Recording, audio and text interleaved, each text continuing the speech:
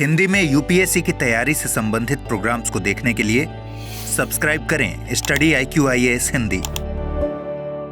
नमस्कार दोस्तों, मैं हूं डॉक्टर पंकज मिश्रा और स्वागत है आपका स्टडी IQIAS हिंदी पर। दोस्तों, अभी आप पेमेंट करते हैं, ऑनलाइन QR कोड को स्कैन करते हैं। पेमेंट करते समय आपके पास OTP आता है, आप OTP रजिस्टर करते हैं और कंफर्म करके पेमेंट हो जाता है।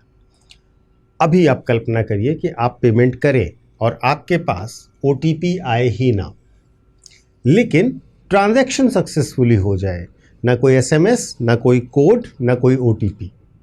तो सवाल ये है कि क्या यह बैंकिंग सिस्टम में एक अगला बड़ा कदम है, इवोल्यूशन है, या फिर यह एक तरीके से सुरक्षा पर एक बड़ा खतरा भी हो सकता है, सिक्योरिटी को इनविजिबल बना सकता है यह। तो आज हम डिकोड करेंगे एक नया कदम जो सरकार और बैंक उठाने जा रही हैं, वो है साइलेंट ऑथेंटिकेशन का। एक ऐसी टेक्नोलॉजी जो OTP को खत्म कर सकती है और OTP की अब आवश्यकता नहीं होगी। तो बेसिकली अगर आप देखें तो OTP का सिस्टम काम कैसे करता था। बैंक आपका OTP भेजता था, आप अपने OTP को दर्ज करते थे और उसके बाद आपका लेन देन सत्यापित होता था। बहुत ही सरल, जाना पहचाना और आसान तरीका था जिसमें आपके पेमेंट का पूरा सिस्टम इस तरीके से रन किया जाता था। लेकिन OTP में बहुत सारी समस्याएं आने लगी, बहुत सारे फ्रॉड्स आपने सुने होंगे और ये OTP से फ्रॉड होते हैं। जैसे कई तरीके से हुए, जैसे कि सिम स्वैप के फ्रॉड हुए। सिम स्वैपिंग होती थी और सिम क्लोन करके आपके जो लोग इस तरीके के फ्रॉड करते थे, वो लोग क्या करते थे, सिम को क्लोन कर लेते थे और OTP अपने पास मंगा लेते थे। तो इससे क्या होता था, एक बड़े अमाउंट में ट्रांजैक्शन कर लिया और सामने वाले को पता भी नहीं चला, बड़ा नुकसान होता था। दूसरा, फिशिंग अटैक्स भी होते थे। आपके पास कॉल आती थी, आपसे कहा जाता था सर इसके लिए OTP बता दीजिए। आप जैसे ही OTP बताते थे पूरा अकाउंट साफ हो जाता था।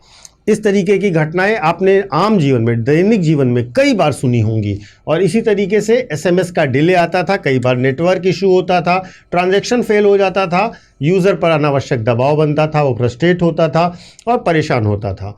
और बार बार OTP मंगाना ये एक तरीके से कठिन और थकाऊ, उबाऊ प्रक्रिया हुआ करती थी। और सिम और जो SMS आता था उसमें भी कई बार समस्याएं आ जाती थी। तो इन सब समस्याओं से निदान पाने के लिए एक नया तरीका, एक नई तकनीकी अब अपनाई जाएगी बैंकिंग सिस्टम में, और वह है कि अब साइलेंट ऑथेंटिकेशन किया जाएगा। तो हमें यह समझना होगा कि ऑथेंटिकेशन किस तरीके से, और ये जो साइलेंट ऑथेंटिकेशन की बात की जा रही है, ये होगा कैसे। और ये जब होगा तो अब आपको पता नहीं चलेगा, आपके पास कोई कोड नहीं आएगा, कोई इन्फॉर्मेशन नहीं आएगी, आप सीधे पेमेंट करेंगे और पेमेंट हो जाएगा। तो इसमें बहुत बड़े तरीके से डिजिटल फिंगरप्रिंट्स का इस्तेमाल किया जाएगा। क्या होगा, सबसे पहले आपकी डिवाइस की आइडेंटिटी में देखी जाएगी, आपका IMEI नंबर और सिम की बाइंडिंग देखी जाएगी, आपका सिम उसी फ़ोन और उसी सिम से पेमेंट रिक्वेस्ट आई है या नहीं आई है। उसके बाद नेटवर्क सिग्नल्स देखे जाएंगे, IP एड्रेस, टेलीकॉम डेटा, इन सब को एनालाइज किया जाएगा और ये सब तुरंत होगा। इसके साथ साथ लोकेशन पैटर्न, यानी कि आप सामान्य लोकेशन जहां आप आते जाते रहते हैं उसी के आसपास की लोकेशन से, उसकी भी एनालिसिस होगी और बाद में आपकी डिजिटल हैबिट्स को भी देखा जाएगा। इन सब को AI से एनालाइज भी किया जाएगा और उसके बाद आपका पेमेंट कर दिया जाएगा। आपका उपकरण यानी कि मोबाइल जो है उसका IMEI नंबर और सेम इंस्ट्रूमेंट में होना चाहिए। ये सबसे बेसिक चीज़ होगी। तो इतनी चीज़ों के एनालिसिस के बाद डिजिटल फिंगरप्रिंट निकाल के आपको पेमेंट कर दिया जाएगा। ये सिस्टम आ कहाँ रहा है, ये सिस्टम आ रहा है पूरे बैंक्स में, जहाँ पर ये आपके फाइनेंशियल बैकबोन है। पूरा सिस्टम ही टेलीकॉम नेटवर्क में, नेटवर्क वेरिफिकेशन के लिए, और पेमेंट नेटवर्क्स में, जैसे आप फ़ोन पे UPI इस्तेमाल करते हैं। तो भारत की अगर हम बात करें तो UPI में हम वैसे भी ग्लोबल लीडर है, बड़े नंबर पर हम सक्सेसफुल बड़े ट्रांजैक्शंस करते हैं ग्लोबली। अगला कदम होगा हम बिना घर्षण रहित, मतलब बिना किसी फ्रिक्शन के, इनविजिबल पेमेंट करने के मोड में आ जाएंगे और इससे सिस्टम पर दबाव भी कम होगा और तेजी भी आ जाएगी, सिस्टम में तेजी भी आ जाएगी। इसीलिए इसे एक क्रांति माना जा रहा है। क्रांति क्यों कहा जा रहा है? क्योंकि अब आप इंस्टेंट पेमेंट कर पाएंगे, कोई ओटीपी नहीं, कोई डिले नहीं, तुरंत ट्रांजैक्शन होगा। इससे फ्रॉड भी कम होंगे, फिशिंग स्कैम्स का अंत हो जाएगा, कोई कॉल करके आपसे आपका ओटीपी नहीं मांग पाएगा और ओटीपी मांग के फ्रॉड नहीं कर पाएगा, ना ही सिम क्लोनिंग कर पाएगा। इससे यूज़र एक्सपीरियंस भी अच्छा होगा, क्योंकि ना तो आपको टाइपिंग करना होगा ना वेटिंग करना होगा, सीधा आप पेमेंट कर सकते हैं। और टेलीकॉम का इंटीग्रेशन हो जाएगा जिसमें सिम बेस्ड वेरिफिकेशन होगा, जिससे ऑथेंटिसिटी भी स्ट्रांग होगी, वैलिड होंगे आपके सारे ट्रांजैक्शंस। लेकिन इन सब बेहतर चीज़ों के बीच में जो खतरा है वह भी इसी के साथ आ रहा है। क्यों? क्योंकि जब इनविजिबल सिस्टम होगा तो यूज़र का कोई कंट्रोल ही नहीं होगा। जब ओटीपी आता था तो आप ओटीपी डालते थे, डाल रहे हैं नहीं डाल रहे हैं ये सब आपको करना होता था। अब आपका कोई भी इंटरफेरेंस नहीं होगा, सब कुछ सिस्टम के हाथ में होगा। और सब कुछ सिस्टम के हाथ में देने में प्रॉब्लम यह है कि अगर सिस्टम ने गलती की तो क्या करेंगे।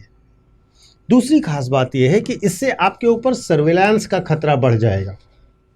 मतलब आपकी लोकेशन ट्रेस हो रही है, आप हर समय देखा जा रहा है कि आप कहाँ विजिट कर रहे हैं, लोकेशन ट्रैक होगी, आपकी डिवाइस हमेशा मॉनिटर की जाएगी। इसके साथ साथ आपका पूरा बिहेवियर एनालिसिस होगा, आप कहाँ जाते हैं, कैसे पेमेंट्स करते हैं, किन चीज़ों पर पेमेंट्स करते हैं, और यह पूरे तरीके से आप 24/7 अंडर सर्विलांस रहेंगे। और क्या यह चीज़ आपकी निजता का उल्लंघन नहीं करेगी? यह एक बड़ी चीज़ है। दूसरा बड़ा खतरा जो है वह है सेंट्रलाइजेशन का। एक तरीके से आप मानकर चलिए बैंक का पूरा डेटा, टेलीकॉम कंपनियों का पूरा डेटा और टेक कंपनियों का पूरा डेटा सब कुछ कंट्रोल में होगा और सब कुछ मॉनिटर्ड होगा।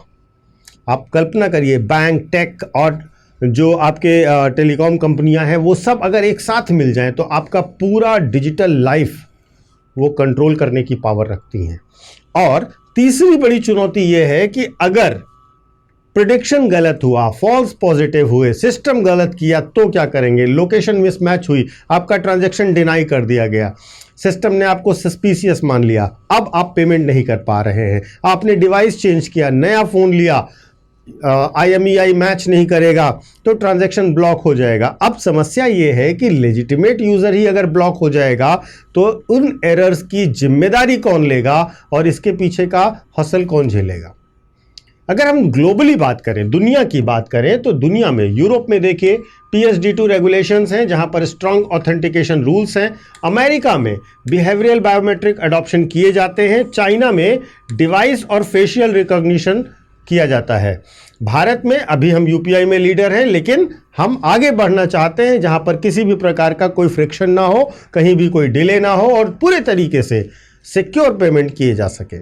इंडिया के लिए बहुत मायने भी रखता है, क्योंकि भारत में अगर हम बात करें तो गवर्नेंस से डिजिटल डेटा पुश होगा, फाइनेंशियल इंक्लूजन होगा और करोड़ों तक बैंकिंग की सुविधा तेजी से पहुंचाई जा सकेगी। इसके साथ साथ सिक्योरिटी में भी वृद्धि होगी। जो आपके OTP फ्रॉड्स होते हैं, साइबर फ्रॉड्स होते हैं, वो सब कम हो जाएंगे। हालांकि जैसा मैंने आपको बताया कि साइबर सर्विलांस का खतरा अवश्य बढ़ेगा। और एथिक्स की बात करें तो वहाँ पर गवर्नेंस और प्राइवेसी, ये दो बड़े मुद्दे बने रहेंगे हमेशा। देखिए, बहुत सिंपल तरीके से समझिए कि टेक्नोलॉजी कभी न्यूट्रल नहीं होती है। जैसे कि अगर हम बात करें OTP सिस्टम की, तो ये इम्परफेक्ट था लेकिन ट्रांसपेरेंट था, क्योंकि आप देख सकते थे, आप OTP डालते थे। साइलेंट ऑथेंटिकेशन में बहुत ज़्यादा दक्षता बढ़ जाएगी, लेकिन ये इनविजिबल है, आप देख ही नहीं सकते, आपका कोई कंट्रोल ही नहीं है। सिस्टम सब कुछ डिसाइड करने जा रहा है और अगर सिस्टम गलत हो गया तो आपके हाथ में कुछ नहीं है। तो सिस्टम इनविजिबल होना कहीं ना कहीं अकाउंटेबिलिटी के इनविजिबल होने की तरफ बढ़ना भी हो सकता है। कंट्रोल किसके हाथ में होगा, यह भी एक बड़ा मुद्दा है। सवाल OTP खत्म होने का है ही नहीं। पहले हम लोग सोचते थे और पूछते थे कि हमारा ट्रांजैक्शन सिक्योर है कि नहीं है, हम जो पेमेंट कर रहे हैं वो सिक्योर है या नहीं है, हमारा बैंक अकाउंट सिक्योर है कि नहीं है। अब नया सवाल यह है कि सिक्योरिटी देखें या सिर्फ महसूस करें कि सिक्योर है, और आपके ऊपर जो डिजिटल सर्विलांस होगा उसका क्या जवाब होगा। मुद्दा यह है आपके हाथ में सब कुछ है या सब कुछ सिस्टम के हाथ में है। आप भी इस रिवॉल्यूशन की, इस क्रांतिकारी कदम के दोनों पक्षों को समझने के बाद अवश्य कमेंट करके बताइएगा OTP वाला सिस्टम बेहतर था या साइलेंट ऑथेंटिकेशन आप पसंद करेंगे नई टेक्नोलॉजी।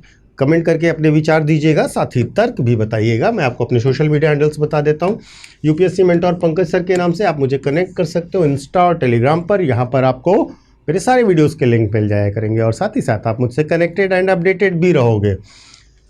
एक और छोटा सा अनाउंसमेंट उन बच्चों के लिए जो UPSC की तैयारी करना चाहते हैं, 2027 का लक्ष्य लेकर, 2028 का लक्ष्य लेकर या 2029 का लक्ष्य लेकर आपके साथ स्टडी IQ हमेशा खड़ा रहा है और आपको बेहतर गाइडेंस, बेहतर प्रिपरेशन, 18 बुक का set, regular class, mentorship, test series सब कुछ देता रहा है। लेकिन अब हम एक बहुत बड़ी चीज़ लेकर आए हैं और वह है अचीवर्स कार्निवल सेल।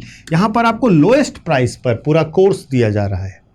बहुत थोड़े समय के लिए है ये, लेकिन आप इसको जल्द से जल्द ज्वाइन कर लीजिए। कोर्स की डिटेल्स आपको डिस्क्रिप्शन बॉक्स में एक लिंक दिया गया उस पर मिल जाएगी, या फिर आप हमारे ऐप और वेबसाइट पर जाएं, वहाँ पर आप हमारे कोर्स की डिटेल्स को देख सकते हैं, पूरा ब्रोशर पढ़ सकते हैं, डेमो क्लासेस भी वहाँ से आप देख सकते हैं। और सबसे खास बात, आपको यह छूट, यह डिस्काउंट कब मिलेगा? जब आप PK लाइव कोड का इस्तेमाल करेंगे, क्योंकि यह कोड आपको मैक्सिमम डिस्काउंट दिलाता है। और अभी तो अचीवर्स कार्निवल सेल है तो आपको बहुत सारा डिस्काउंट मिलेगा, मिनिमम फीस पर एडमिशन मिल जाएगा। देर मत कीजिए, कोई डाउट या शंका या समस्या हो तो डिस्प्ले हो रहे नंबर पर आप कॉल भी कर सकते हो। सपोर्ट टीम आपको सपोर्ट कर देगी। धन्यवाद। हिंदी में UPSC की तैयारी से संबंधित प्रोग्राम्स को देखने के लिए सब्सक्राइब करें स्टडी IQ IAS हिंदी।